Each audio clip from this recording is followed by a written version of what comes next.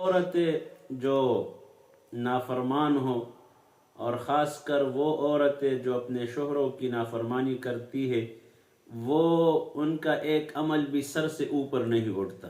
چاہے ایک عورت تہجد گزار ہے، شب بیدار ہے، روزے دار ہے، تسبیح پڑھنے والی ہے اور نوافل پڑھنے والی ہے اور صدقات خیرات کرنے والی ہے اور اسی طرح اور دین کے کاموں میں مصروف ہے، لیکن اس سے شوہر خفا ہے جائز طریقے پر، اور اس سے شوہر ناراض ہے، اس کا رویہ اس کے ساتھ ٹھیک نہیں ہے،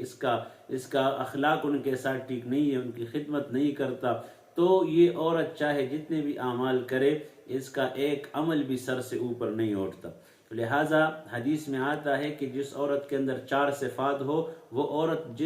جنت کے جس دروازے سے بھی داخل ہونا چاہتی ہے وہ داخل ہو جائے. نماز پڑھنے والی ہو پابندی کے ساتھ، روزے رکھنے والی ہو، اپنے شوہر کے فرمان بردار ہو اور پاک دامن ہو، تو دخلت من ای ابواب الجنت شاءت، وہ عورت خاتون جس جنت کے جس دروازے سے بھی داخل ہونا چاہتی ہے داخل ہو جائے. اس کے برعکس اگر اس کے اندر یہ چیزیں نہ ہو، خاص کر شوہر کے فرمان برداری نہ ہو، تو وہ چاہے جتنے بھی نیک اعمال کرے، اس کا ایک عمل بھی سر سے اوپر نہیں اٹھتا. تو لہٰذا ایسے عورتوں کو توبہ کرنا چاہیے اور ان اعمال کی پابندی کرنا چاہیے.